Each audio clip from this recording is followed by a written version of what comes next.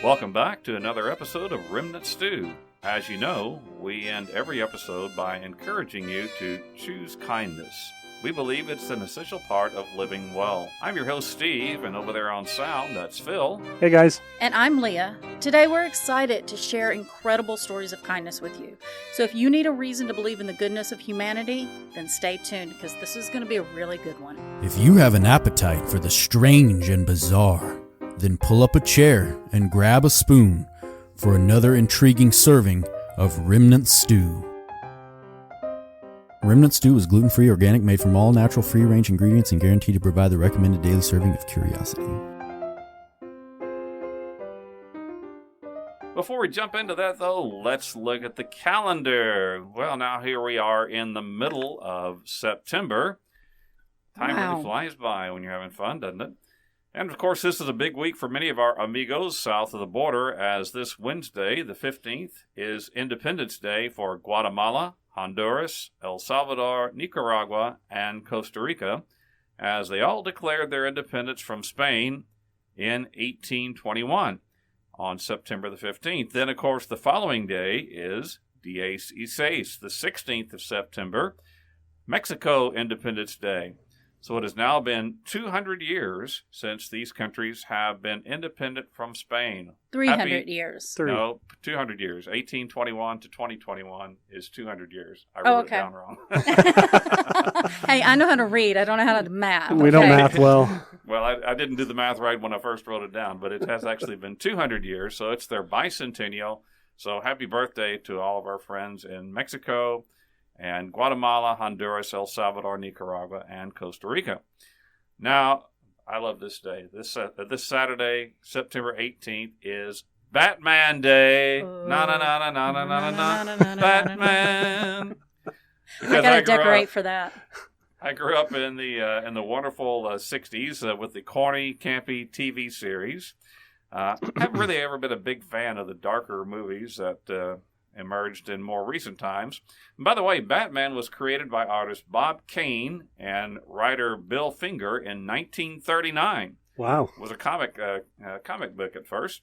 Batman's real name, Bruce Wayne. I never knew this before. It's a combination of two historic figures. The names, Bruce comes from the King of Scotland, Robert Bruce. Okay, wow. While Wayne comes from the American Revolutionary fighter, Mad Anthony Wayne. Oh, we need to do a show about Mad Anthony Wayne, I think. There you go. So ultimately, this was anger management. I didn't know Batman was that far back. I mean, because I remember watching it as a kid in the 70s. Right. Yep. So you watched the reruns, but okay. That's yeah, right. okay, maybe I did. Nick and Night is a real thing. Well, anyway, of course, this Sunday, September 19th, is International Talk Like a Pirate Day. Arr. Hoist that scurry dog from the yard arm. Oh, I messed it up, didn't I? Nice one, matey. Now, you might wonder where Talk Like a Pirate Day came from. Well, there's a very logical explanation. You see, it was created when John Bauer and Mark Summers decided to talk like a pirate while playing racquetball in Oregon on June 6th of 1995. So there you go. And then, what did they do? Did they just, somebody had to make it official? Well, I don't know, but if that's where it started, then my friend Randy and I should have had Talk Like You're British Day from the 70s, because we did that once when we were playing tennis, but never mind. Never mind about that story. Now, I really like this holiday. Next Saturday, September 25th, is National One Hit Wonder Day. Oh, wow. Okay. There's a bunch of them. Yeah, there's a bunch of them. Yeah, there are. National One Hit Wonder Day pays tribute to those artists who have only ever had one hit song. This day was established in 1990 by music journalist Steve Rosen. National One Hit Wonder Day lets us remember those who had their 5 minutes of fame. It is celebrated every September 25th.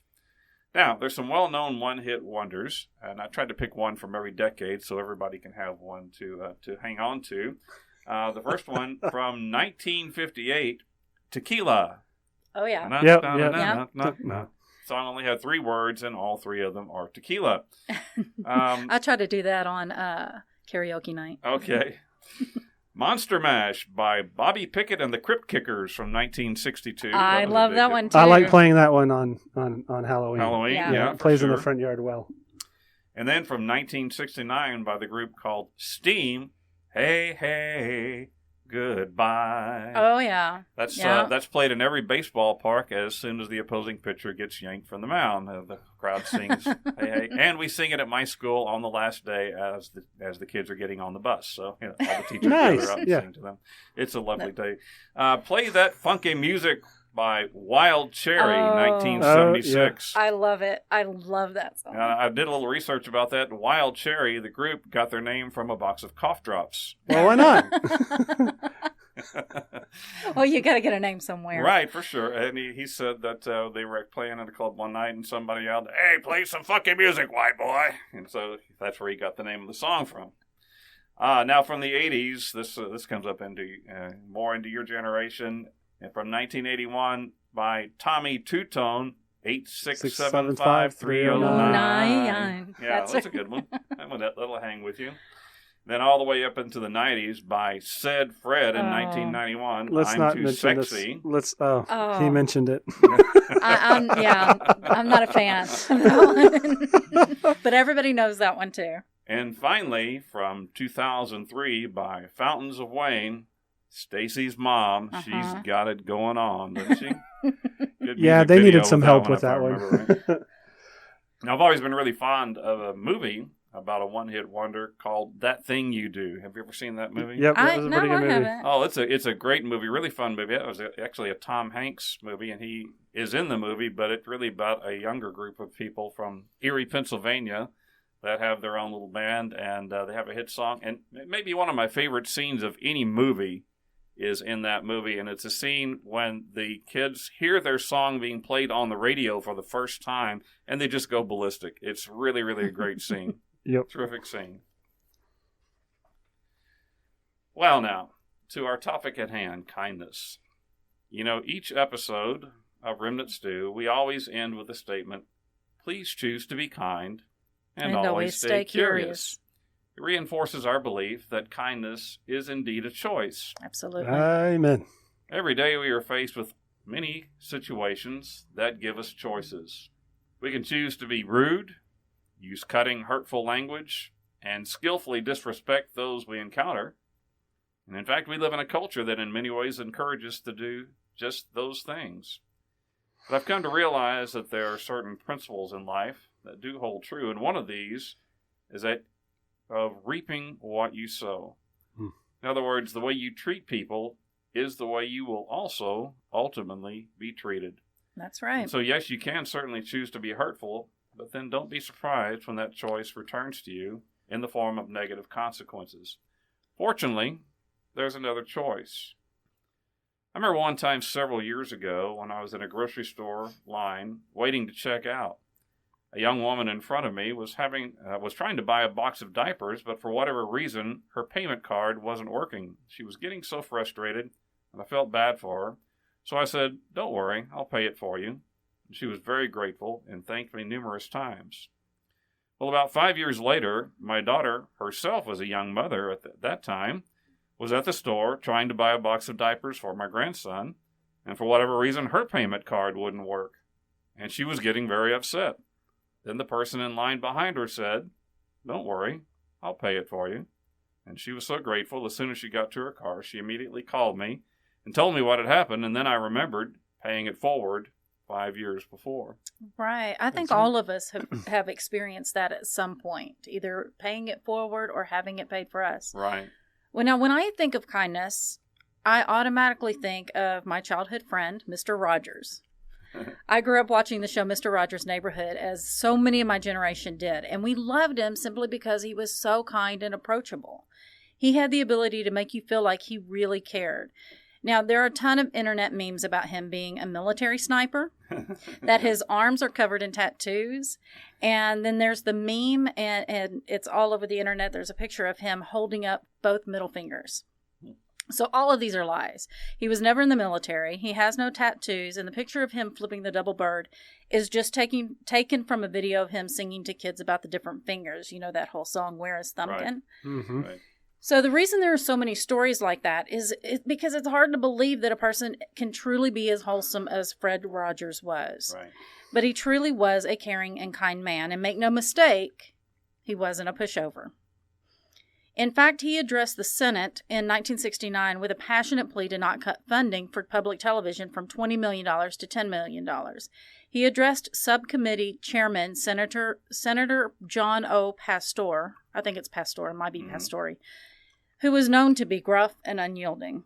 Over the course of Rogers' passionate yet respectful testimony, Senator Pastor his stance on the issue slowly softened. The chairman even said that, though he was supposed to be a pretty tough guy, Rogers' fervent plea had given him goosebumps. Pastor then said, "Looks like you just earned $20 million. Yep. Then at the height of the desegregation movement of the late 60s, there was a media frenzy following a vicious attack on black people who were swimming in a hotel pool. The manager of the hotel pool threw acid into it. Oh, I remember when that happened. That's right, because he wanted it to be for whites only. Right. Mr. Rogers did not display public outrage or anything of the sort. Instead, he turned to gently educating children a different way.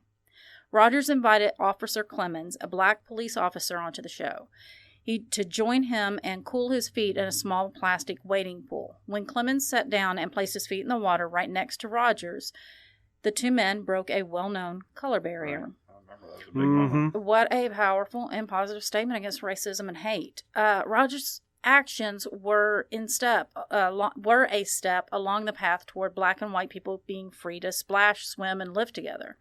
As Clemens said to the Pittsburgh City paper in 2018, "I carried the hope inside of me that one day the world would change. And I do feel the world still has not totally changed, but it is changing. We're getting there."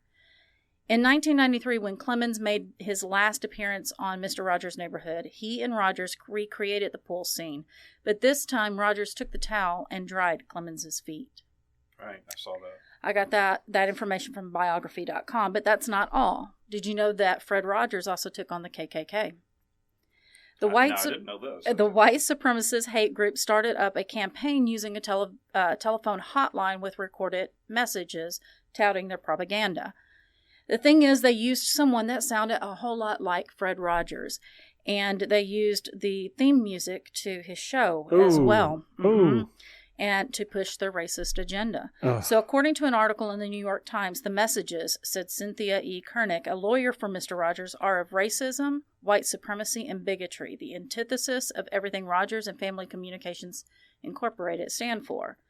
The case ended with a federal district judge ordering the Missouri Knights of the Ku Klux Klan to stop playing racist telephone recordings that imitate the children's television program, Mr. Rogers' Neighborhood, and turn over the tape recordings and other materials. Wow. So he won. Absolutely. Yes, he took them on and he won. I think he also, I can remember a time when McDonald's came out with an ad that sort of mimicked him as well, and he addressed them about taking that off, and they did.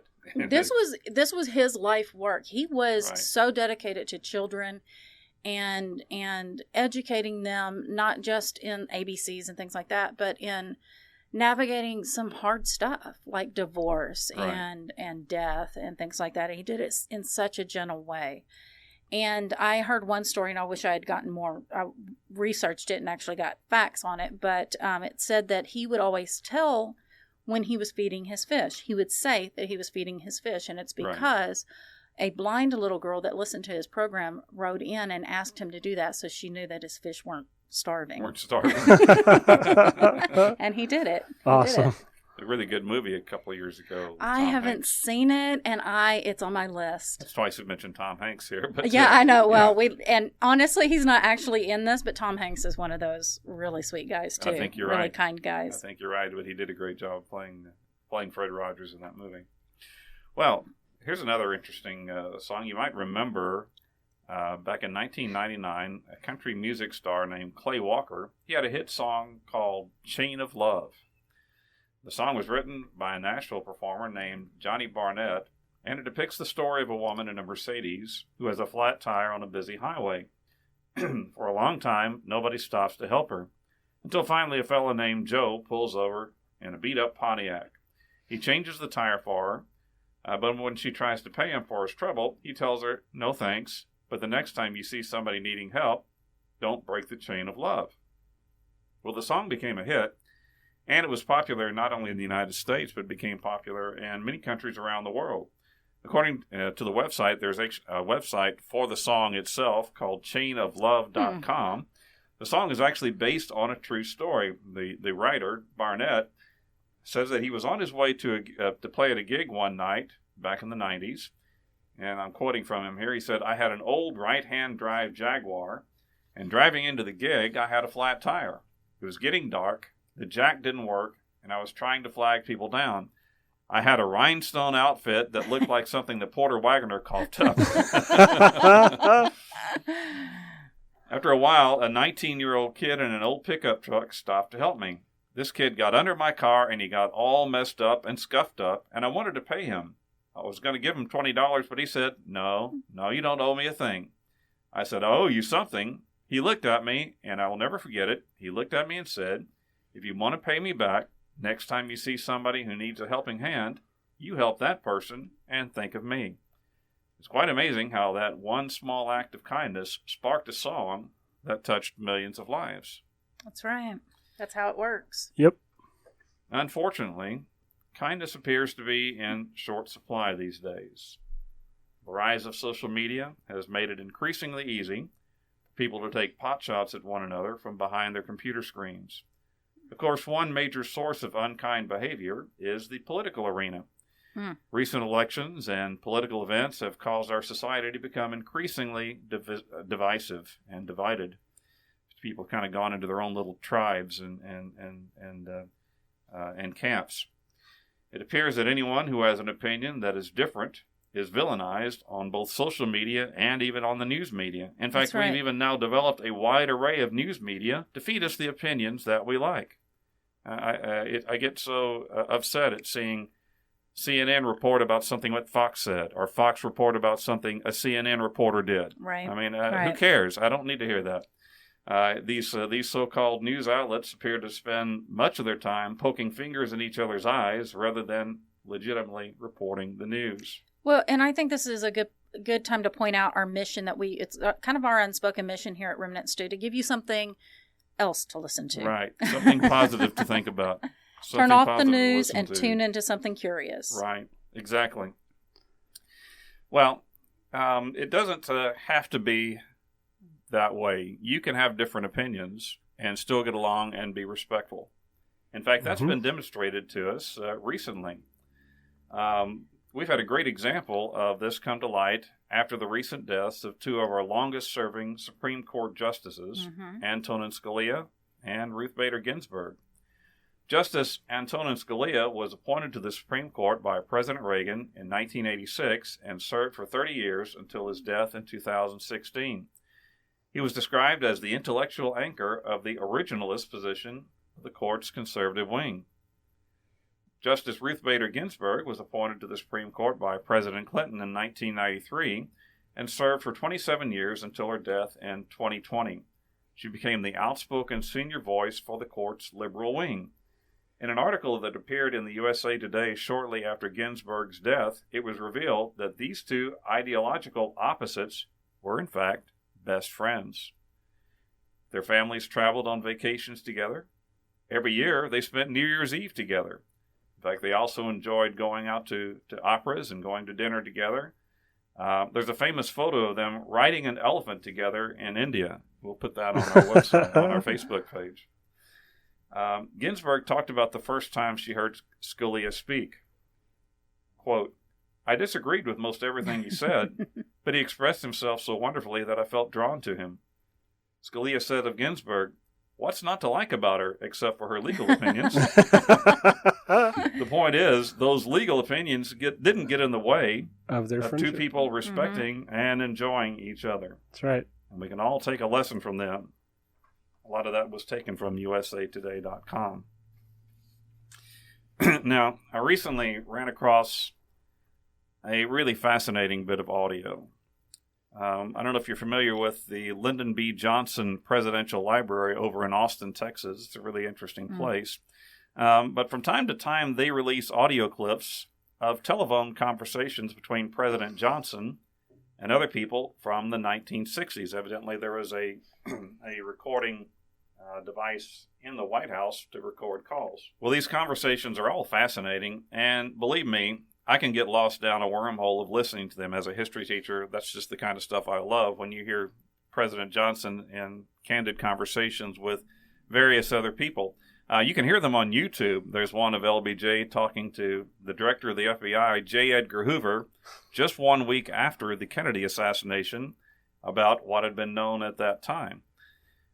There's another one between Johnson and Georgia Senator Richard Russell about serving on the Warren Commission, which investigated the assassination. Now, Russell didn't like Chief Justice Warren, and he didn't want to serve. But President Johnson, let's just say he got the Johnson treatment, as they called it back in the day. Before he had been vice president and president, Johnson was in the Senate for many years, and he knew a lot of information about senators. He knew just which buttons to push. There are other notable conversations with Martin Luther King, Alabama Governor George Wallace, Reverend Billy Graham, and even the former president's brother, Robert F. Kennedy, who was the Secretary of State at the time. He was the Attorney General at the time. There's a particularly hilarious clip of LBJ ordering pants. You really have to listen to that one. It's not exactly kid-friendly, no, right? It's not necessarily kid-friendly. just so you know. Just say LBJ was certainly one of our most colorful and, we'll say, earthy presidents. That's one way to say it. Yeah. But the one clip that especially caught my attention is of a conversation between President Johnson, who was a Democrat, right, and former President Dwight D. Eisenhower, who was a Republican. The conversation took place on the morning of December 14th, 1964. Now, you will recall that LBJ had been vice president when President Kennedy was assassinated in November of 1963. He completed Kennedy's term after he was sworn in that famous scene in Air Force One on Love Field. And then a year later, in 1964, Johnson defeated Republican Barry Goldwater and was elected to his own 4-year term as president. The purpose of this call, 1 month later in December of 1964, was to invite former President Eisenhower and his wife, Mamie, to attend the inauguration, which was to take place the following month, January 1965, and to offer them any assistance that they might require. Former President Eisenhower thanks President Johnson for his kind offer to assist them. However, he states that they were planning a trip to California to be with their children during the holidays, and that he didn't feel it was wise to follow that up immediately with another lengthy trip. Evidently, Mamie would only travel by train and had been experiencing some health issues. LBJ replied that he understood, but that he wanted Eisenhower to know how he respects and appreciates him. But then something really remarkable happened. Eisenhower states, "While you're on the phone, I'd like to tell you about an incident." And Eisenhower begins talking about attending a Republican meeting in Hershey, Pennsylvania, where he was misquoted by a reporter concerning something that he allegedly said about LBJ. Now, we here at Remnant Stew are very grateful to the LBJ Library in Austin for granting us permission to play this clip for you. So I'm going to start it just a little bit into it at about the 1 minute and 25 second mark and let it go for about 4 minutes. Listen to it really carefully. You'll hear Eisenhower speaking first. Tell you how deeply appreciated. I appreciate it. While you're on the phone, I'd like to tell you about an incident. I was out at Hershey at a meeting with the Republicans doing the last campaign. Yes. And it was a pretty nice meeting, trying to get things on the rails and something constructive and so on, yes, where we could all support. Well, anyway, it turned out that there was a reporter there. Now, he apparently gave to Newsweek or some other darn organization a statement which purported to be a quote from me, in which I said we all had to unify, and that was true. We had to do our best to win, because that's what Republicans are out for. And then said he put on and threw out this communistic form of government we have in Western.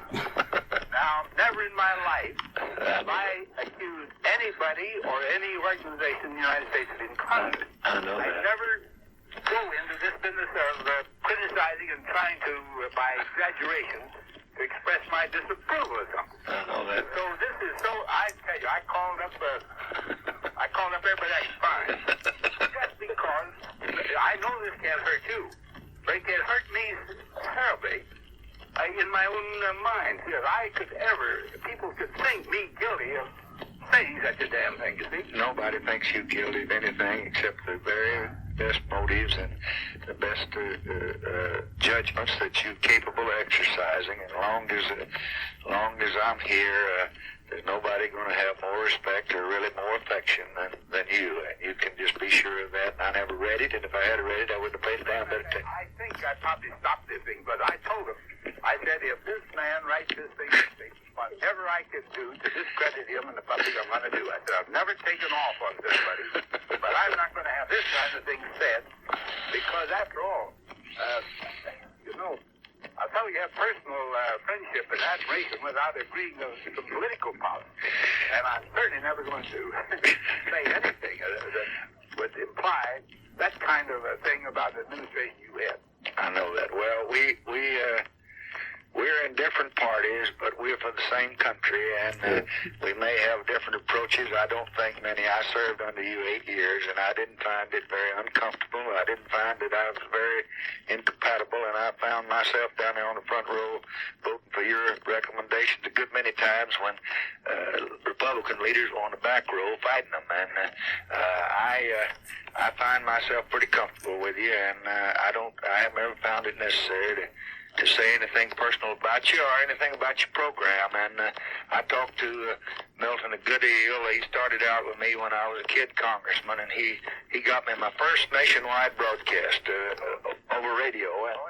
So we're in pretty good close touch, and Bob Anderson calls me every week or so, and they help me, and you just pay no attention to. I just didn't want you to. They're not gonna divide us. You can fight a good Republican fight, and I'll do my best, but we'll both be for the country when the chips are down, and I want your advice and your suggestions and your recommendations and your judgment without bothering you and without being a pest every time I can. I think you've earned a little rest, and I'm not going to drag you in to get any chestnuts out of the fire unless I really get my tail in a crack internationally, and when I do, I'm going to come running. Well, thank you very much, Mr. President, and I most deeply appreciate your suggestion. Thank you, Mr. President. Only because of my concern for naming, strength, and health. I understand that, and if it were something besides just a ceremony, and I had to have you, I'd tell you. But I just wanted you to know that we would be happy. Thanks.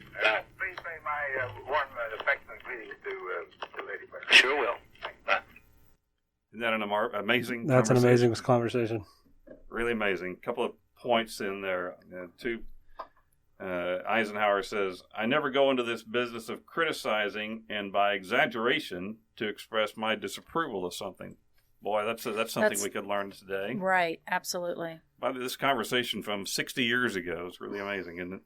Another one, it hurt me terribly in my own mind that people could think me guilty of saying such a thing. And then Johnson says, nobody thinks you guilty of anything except the very best motives and the very best judgments that you are capable of exercising. As long as I'm here, there's nobody that's going to have more respect and affection than you. These people for presidents from opposite parties now. Right, absolutely. And the respect that they have for each other. And Exactly. we can do that. Right, We can do that. We can do that. A fellow can have, Eisenhower says, a fellow can have personal friendships without agreeing on political policy. Johnson says, we're in different parties, but we're for the same country. That's right. And I think this is the most amazing statement. Johnson said, you fight your good Republican fight, and I'll do my best, but we'll both be for the country when the chips are down. Now, there's a name for this type of conversation. It's called civil discourse, and we are in bad need of rediscovering it. Okay, so now moving away from politics. Undeniably, one of the most scariest of times in U.S. history in our lifetimes was 9/11. Exactly. Our nation was glued to the TV that Tuesday morning as we watched the aftermath of what we first thought was just a horrible accident. Yeah, at first, that's what people Then, thought, yeah. yes, and then our sorrow and empathy turned to horror as we all realized that it was an intentional, deadly act, Right. and it wasn't over. By the end of the day, whether we knew someone who lost their life in the attacks or not, we were all in mourning as if we had lost our own family. We, as one, continue to mourn through the days and weeks that were devoted to finding the survivors and confirming the lost. It was such an interesting time. Like, I even remember late night talk show hosts that usually read the headlines and gleaned stuff to make light of it and to joke about it. And it was like, we couldn't laugh yet. Right. When David Letterman came back on afterwards, I mean, it was really surreal time, and he just faced it as it was. Just talked about how sad it was in New York. We just couldn't. It took us a while to even get our laughter back. It was one of those times that everybody can remember exactly where they were when it happened. Absolutely. You know, just as our parents talked about Pearl Harbor and the Kennedy assassination and those kind of things. It shook us all. But to quote Fred Rogers, going back to Fred Rogers, when I was a boy and I would see scary things in the news, my mother would say to me, "Look for the helpers. You will always find people who are helping." And it was true. Absolutely. We saw firsthand all the people who ran to the towers against the overwhelming flow of people running from the towers. Exactly. We saw the helpers who gave their lives in the rescue effort. There's no way we could comprehensively list them all. There were so many acts of selflessness and bravery that day and in the weeks to come. But I want to tell you one story of kindness that came out of the chaos. Right.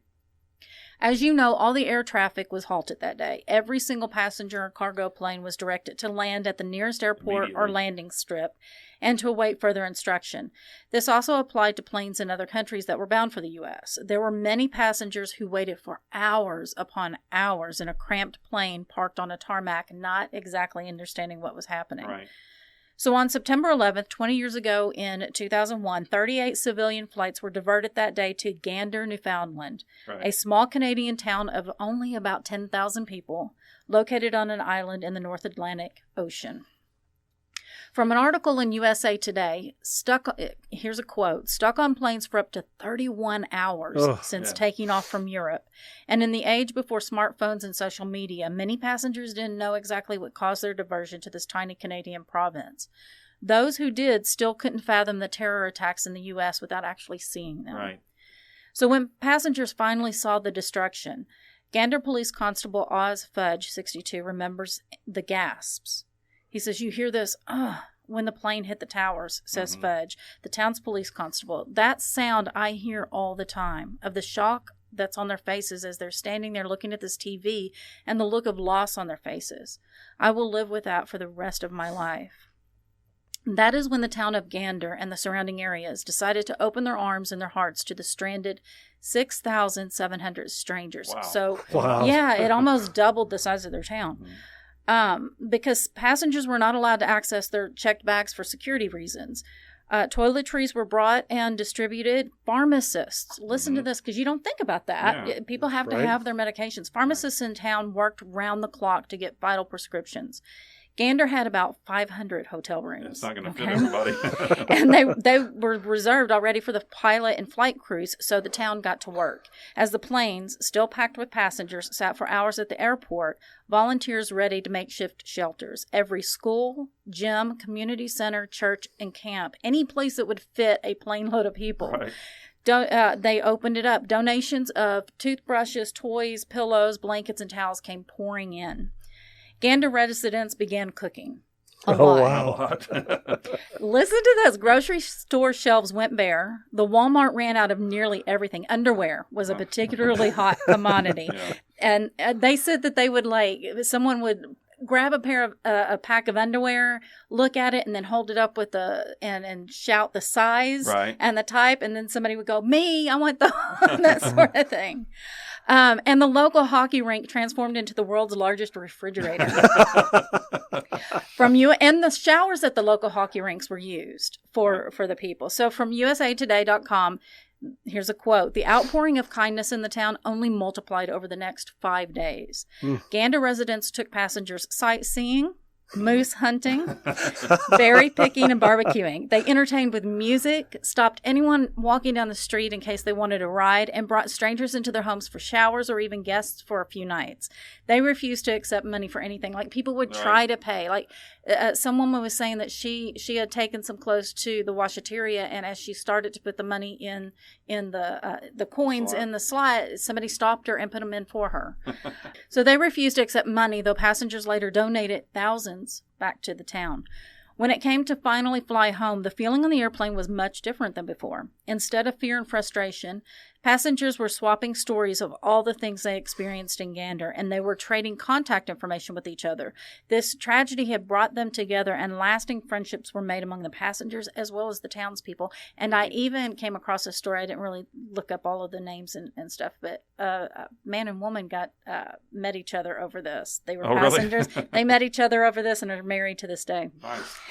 Later, a scholarship fund for local high schoolers was set up by the passenger of the flights who had stayed in Gander, and as of 2010, that was the last I could find of this, the fund had reached nearly $1 million. Oh, wow. And had sent over 100 students to college. Nice. That's awesome. So at a time when we face the very worst in humanity, we got a chance to see a glimpse of the very best in humanity. Great story there. That's a really great story.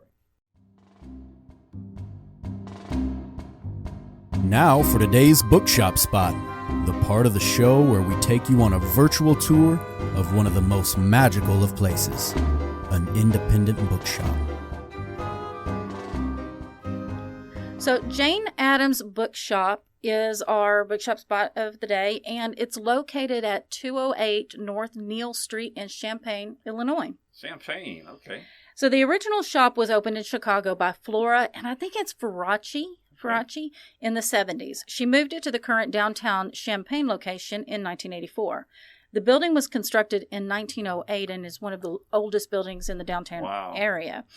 Flora retired in 2009, and Susan Elmore now bought the shop and now owns it. You can find them online at www.janeaddamsbooks.com, and Addams has the two D's in it. Just like the Addams family. You can find them on Facebook at Jane Addams Bookshop and Instagram and Twitter at Jane Addams Books. They have used books, greeting cards, journals, but they specialize in new local interest books. The store features more than 70,000 titles. Holy cow. They have, now listen to this, they have a number of very well-stocked sections that span 15 separate rooms on 3 floors. Nice. The store manager, okay, so I always ask, so is your building haunted? I don't know why I ask that. I want to know. Well, it's been a while. I mean, that one's been there a little while. So the store manager says that people are convinced that they have a cat, which has never been the case. They've never had a cat, but everybody describes the same cat. It's a fat tabby, which makes her believe that they have a ghost cat that just doesn't show itself to the staff. So it's either a ghost cat or a sneaky cat. Either way, if you're in the Champaign, Illinois area, check it out. Jane Addams Bookshop. So it's not a Cheshire that just smiles a lot. It might be. Champaign's home to the University of Illinois, and it's in a beautiful farming area. I love that part of Illinois. It's such a powerful, beautiful place there. And now for something really smashing. Well, now back to our topic. From a website called Launching Leaders Worldwide, we find this intriguing story about the legendary basketball coach John Wooden. If you're not familiar with John Wooden, he was one of the most successful college basketball coaches in history. Most of his career was spent coaching the UCLA Bruins. During the 12-year span between 1963 and 1975, Coach Wooden's UCLA team won 10 national championships, 10 in 12 years. I mean, they were the dominant team for that whole part of the 60s and early 70s. He credited much of his success to a lesson he learned from his father while he was growing up in Centerton, Indiana in the 1920s. Evidently, there were quite a few gravel pits scattered around the area where he grew up. The county would pay local farmers to take teams of mules or draft horses into the pits and haul out loads of gravel that were going to be used on county roads. One muggy summer day, a local young farmer, about 20 years old or so, was trying to get his team of horses to pull a fully loaded gravel cart out of the pit. He was whipping and screaming at these two beautiful plow horses that were frothing at the mouth, stomping and pulling back away from him. Wooden stated that his father watched the scene for a while, and then he went over to the young farmer and said, "Let me take him out for you." The exasperated young farmer gladly handed him the reins. Wooden states that his father first began talking to the horses in a soft, low voice, almost a whisper, while simultaneously stroking their noses with a soft touch. He continued talking softly to them as he actually walked right between them, holding their bridles and bits with a gentle hand. The horses calmed down, Gradually, he stepped out in front of them, and he gave a little whistle to start them moving forward while he guided the reins. Within minutes, these two big plow horses pulled the wagon completely out of the gravel pit as easy as could be, as if they were happy to do it. No whips, no temper tantrums, no screaming, no cussing. I've never forgotten what I saw my father do. Wooden goes on to state, it takes a lot of strength on the inside to be gentle on the outside. Absolutely. All right, now we have an interesting site called GuernseyDonkey.com. That's a great name for a site. Yeah. We find an article entitled 4 Acts of Kindness That Changed History Forever. Most of us are familiar with the great African-American athlete Jesse Owens, who brought home 4 gold medals from the 1936 Berlin Olympics. But you might not know some of the hidden elements about this event. It's well documented that Hitler was hoping to utilize the Berlin Games to showcase the superiority of the German athlete. It fit alongside his theory of Aryanism, the belief that Northern Europeans were the superior race of the world. The success of Owens and other African-American athletes caused Hitler to furiously storm out of the stadium. However, Owens might have never even been qualified for one of his gold medals if it wasn't for an act of kindness from a fellow athlete, and in fact a German athlete, a long jumper named Karl Ludwig, and his nickname was Luz Long. In the qualifying round for the long jump, Owens fouled twice by misjudging his jump and stepping on the line. He only had one more opportunity to qualify. That's when Luz Long approached him and said, "The qualifying distance is only 7.15 meters. You routinely jump more than 8 meters, so in your mind, set the jump mark a little behind the board. That way you won't foul." Owens' next jump was a success, and he went on to win the gold medal with a jump of 8.06 meters, with Long earning the silver. Owens later wrote, "What I remember most was the friendship I struck up with Luz Long. He was my strongest rival, yet it was he who advised me to adjust my run-up in the qualifying round and thereby helped me to win." Pretty That's amazing cool. story. Wow. Mm-hmm. A couple of other people mentioned in this same article are more familiar due to recent motion pictures, which attempted to detail their stories. This first one is very well known. Oskar Schindler. He was a German and a Catholic, and he bought an enamelware factory in Krakow, Poland. In fact, I toured this factory a few years ago when I was there. It's now a museum, one of the best museums I've ever been to. Oh, wow. He used his position and his influence to protect the lives of at least 1,200 Jews from the nearby Krakow ghetto by keeping them employed in his factory. He would bribe the SS so that they would not deport his employees. When the Krakow ghetto was liquidated, Schindler hid all of his employees inside the walls of his factory. After the war, Schindler went on to live a relatively quiet life. Although he died without much fanfare or recognition, he has since been recognized by the many awards in the famous movie Schindler's List that depicted what he did. Subsequently, he's been reburied in Israel, where he is now honored for his extraordinary deeds during the Holocaust. He was honored as being righteous among the nations. Now, you might not recognize the name of Desmond Doss, D-O-S-S. He was an American combat medic from Virginia. He was the subject of the 2016 movie Hacksaw Ridge. I don't know if you saw that movie. It was a really excellent movie. Mm-hmm. He was a source of one of the greatest examples of kindness in the past century, I should say. Doss was a devout member of the Seventh-day Adventist faith, and as such, he had a fervent belief in the commandment, "Thou shalt not kill." He was a paradox, really. He was a conscientious objector who purposefully enlisted in the army. He wanted to go to war without hurting a single soul. That's crazy. I mean, how do you even do that? Medic. The army wasn't quite sure what to do with him, and his fellow soldiers didn't particularly care for him. But after some consideration, the army allowed Doss to go into combat. And it was a good decision. Doss went on to become a legendary World War II hero when he saved the lives of 75 wounded infantrymen during the Battle of Okinawa. Oh, wow. Despite being wounded 4 times, unarmed, Doss climbed a 400-foot escarpment along with the rest of his battalion, only to be met with a hail of mortar rounds and gunfire, which injured approximately 75 soldiers. Doss refused to seek cover and he carried all 75 casualties one by one to the edge of the escarpment, lowering them down to safety via a rope-supported leader that he handcrafted on the spot. Oh, my goodness. The selflessness of Corporal Desmond Doss serves as an example of the bravest sort of kindness, that which puts us at great risk. There's a good scene from the movie after this happened when the battalion was ready to move on to their next, they were all stopped. And one of the commanders said, "Why are you stopping?" And they said, "Private Doss is praying. We're going to wait till he's done praying." Okay, well, here's an act of kindness that you may have actually participated in. I was in this. Oh, do you guys remember a few years ago on social media when everyone was doing the ice bucket challenge? Right. Okay, so do you even remember what it was for? I'm ashamed to say I don't remember what it was okay, for. Yeah, so no, did y'all do it though? Yes. I did it, yeah. Okay. When it was going around, I didn't do it. And the reason I didn't do it is, because it's painful, honestly. I really thought, though, that the hype was accomplishing a whole lot of nothing, like the awareness efforts, a lot of the awareness efforts on social media. So I tend to be skeptical, but I'm happy to report that I was wrong in this case.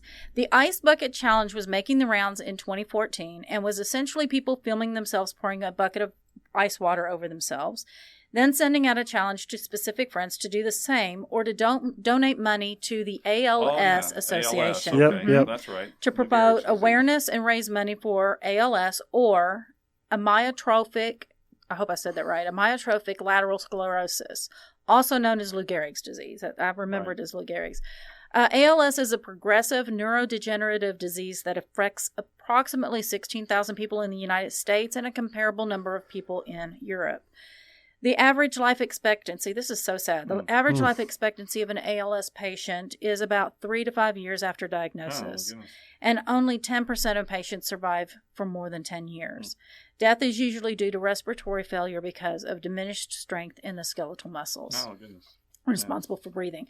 So few treatment options exist for these people. So how could pouring ice water over your head really accomplish? What does that accomplish? So first, let's talk about the challenge. Pouring a bucket of ice water over your head. It sounds simple, but it's a shock to your system. Right. It's almost painful. We did it at my school, and the teachers poured it over each other's heads, which it kind of added more fun to it, but still.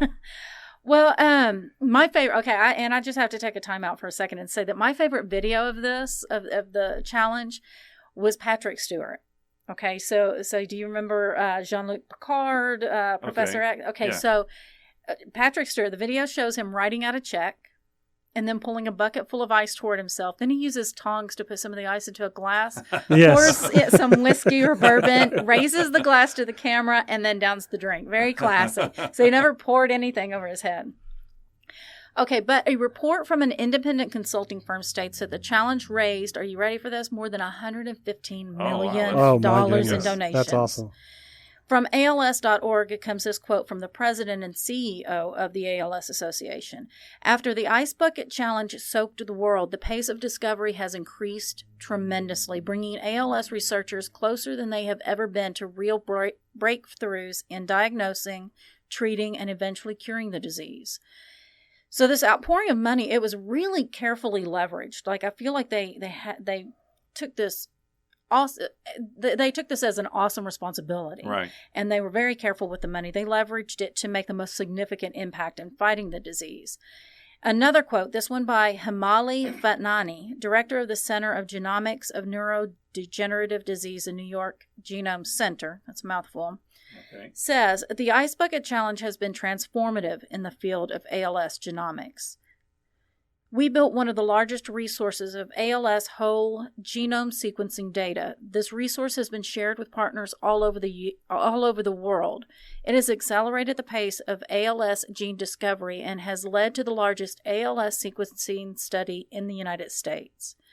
So if you poured water over your head, you were a part of this. Right. The president and CEO of the ALS Association says, thank you to every single person who took the challenge. All of you are stakeholders in the progress we have made and the investors and our investors in the successes of the future, not just in ALS, but in all diseases. And again, these facts came from ALS.org. That was great. I'm glad to, it's funny you mentioned it because I really didn't remember what it was going to until you said ALS, and I did remember it then. But yeah, it was a great deal, and I'm glad to hear that it made an actual difference in many people's lives. That's right. And now for something completely off topic and off kilter. Brace yourself for the oddity du jour. When you think of an American school bus, what picture comes to mind? What do you think of? Yellow. Yellow and black stripes. Black stripes. Okay, yellow and black stripes. Well, according to Wikipedia, school bus yellow is a color that was specifically formulated for use on school buses in North America in 1939. Originally named National School Bus Chrome, the color is now officially known in Canada and U.S. as National School Bus Glossy Yellow. Glossy yellow. But I want to talk to you about the black stripes that run along the length of the buses. They are called rub rails. And according to, and this is a funny website, 12tomatoes.com, they are installed to help protect the children in the event of a collision.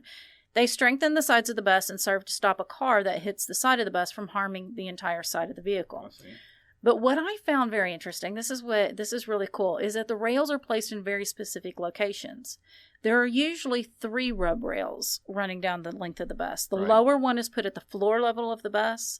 The next one is up at the seat level, and the highest one is at the top of the seat. This is to help first responders see clearly where to cut through the metal to access the area where the students are likely to be in the event of a crash. Mm-hmm. So now you do. And because it's interesting, the floor of the bus is much higher than you think it is, than you envision. And that shows first responders exactly where it is. Right. It's always a lovely sight at the end of a long school day to see those big yellow dogs. And the kids go off happily. Well, good deal. That's a good story. All right, now back to our kindness topic. I hadn't heard about this one. You probably remember about 10 years ago in 2011, there was a tsunami that hit in the Pacific Ocean, and it caused this giant wave to hit. Actually, there was an earthquake in the Pacific Ocean that caused a tsunami that hit the east coast of Japan. It caused extensive damage to numerous cities along the coast. Perhaps the most notable was to the Fukushima nuclear power plant, which is located on the Pacific Ocean some 150 miles northeast of Tokyo.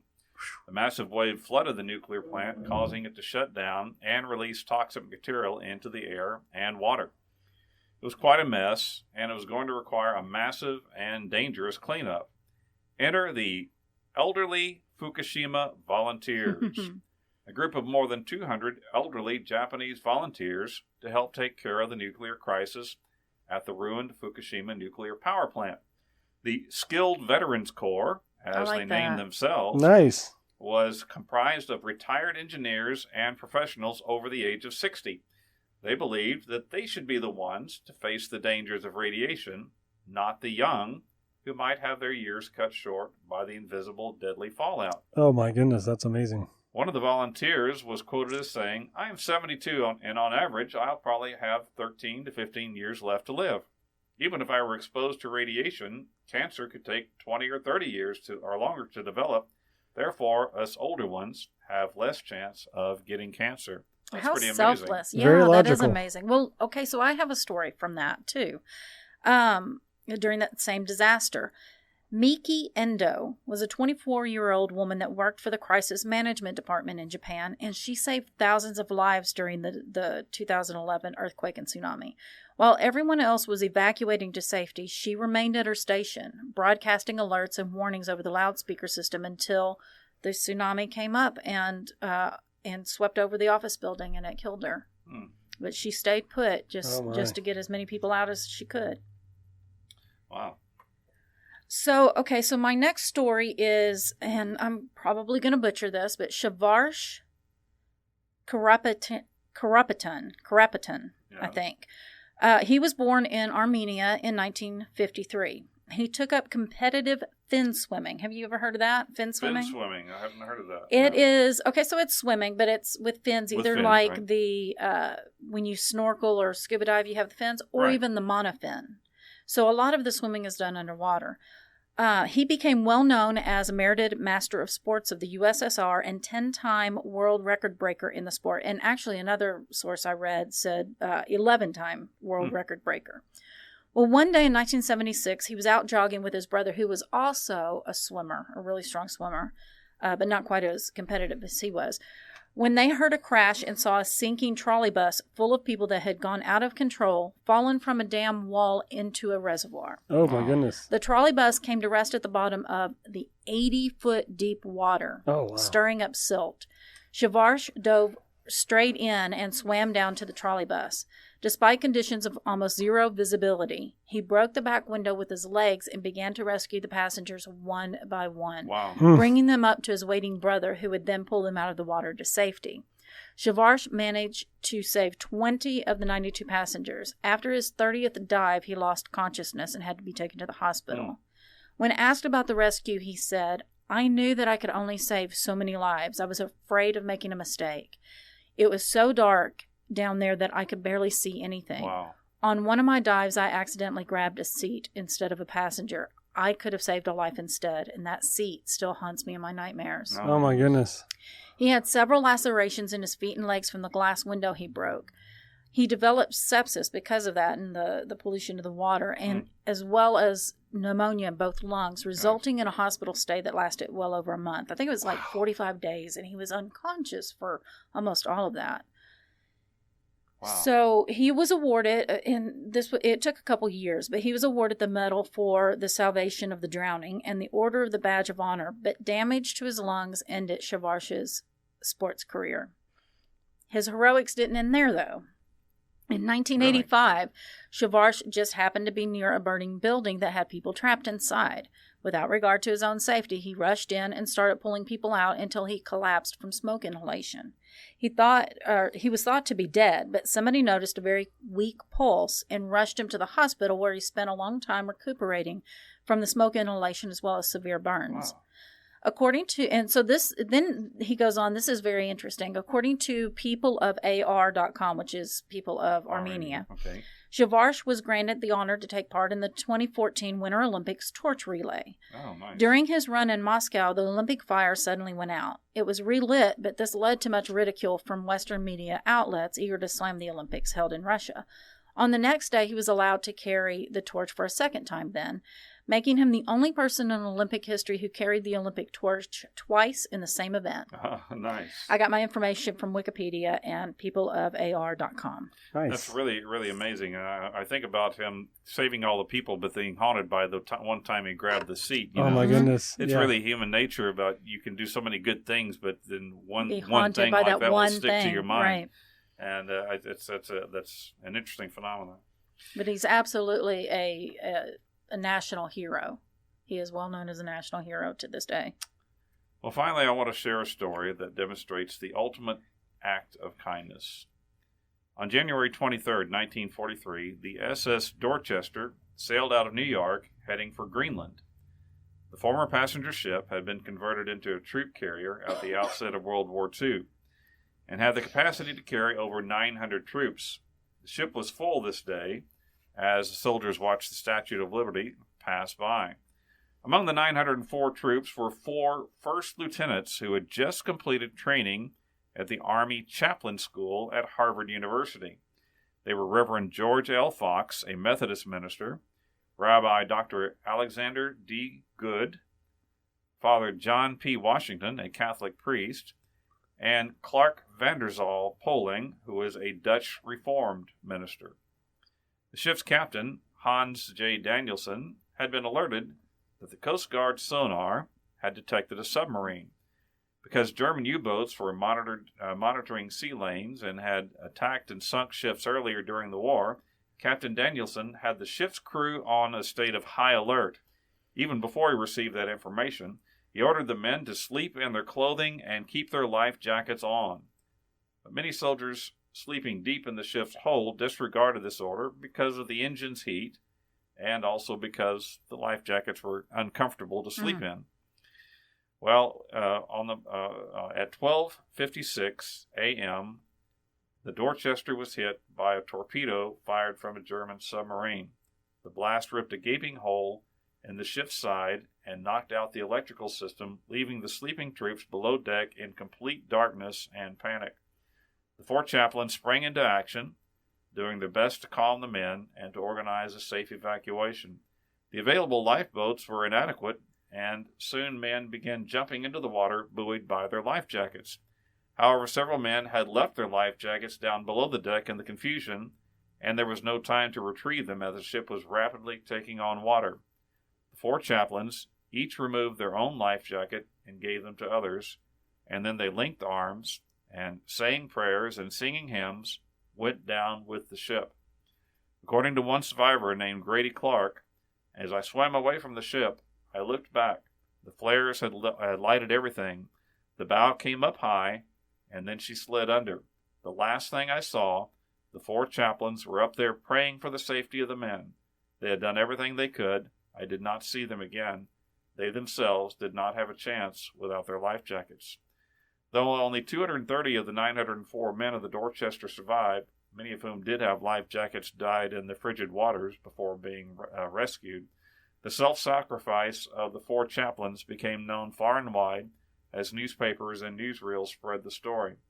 The United States Congress posthumously awarded each of the chaplains the Distinguished Service Cross and the Purple Heart. The United States Post Office issued a stamp in their honor, and in 1998, the United States Senate issued a resolution honoring February 3rd as 4 Chaplains Day. The Chapel of the 4 Chaplains was dedicated in Philadelphia by President Harry Truman. In his speech, President Truman stated, "This interfaith shrine will stand through long generations to teach Americans that, as men can die heroically as brothers, so should they live together in mutual faith and goodwill." Wow. Amen. What a story. You're talking about the ship going down. There was a lot of things happening at the Titanic. Right. You have any disaster, any kind of chaos, and there is going to be good that comes from it. There's Right. going to be those that sacrifice. Oh yeah, the band was at the Titanic. The band was playing. That's right. Playing hymns as it went down. Right. And there were different people that gave their jackets, their life jackets, and their place on the lifeboats. On the lifeboats for sure.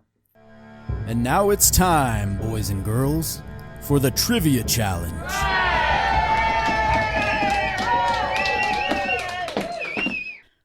All right, Trivia Challenge time. You know how this goes. Like and follow our Facebook page at Remnant Stew Podcast. Like and share this episode post. Put your answer to the Trivia Challenge question in the comments of that post.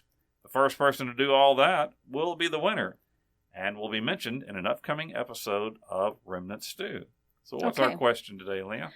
So in 1949, this person and associates risked their lives in an extreme act of... In 1942, this person and associates risked their lives in an extreme act of kindness to save the future author of one of the most published books of all time. Oh, there's a good question right wow. there. Remnant Stew is created by me, Leah Lamp. Dr. Stephen Meeker and I research, write, and host each episode, along with commentary and dad jokes by Philip Sinquefield. Woohoo! Our audio is also produced by Phil. Our theme music is by Kevin MacLeod with voiceover by Morgan Hughes. Special thanks to Judy Meeker and Harbin Gold. You can connect with us through our Facebook and Instagram, and if you have an idea you'd like to hear us cover in a future episode, email us suggestions to staycurious@remnantstew.com. You know, this has been a special episode on kindness, and Absolutely. we really thank you all for being with us. We are grateful for all of our listeners. So true. Before you go, please hit the subscribe button so you won't miss an episode. Head over to iTunes and leave us a review. It means the world to us. Share Remnant Stew with your friends, family, and taxi driver, and your favorite first responder. Until next time, remember to choose to be kind. And always stay curious.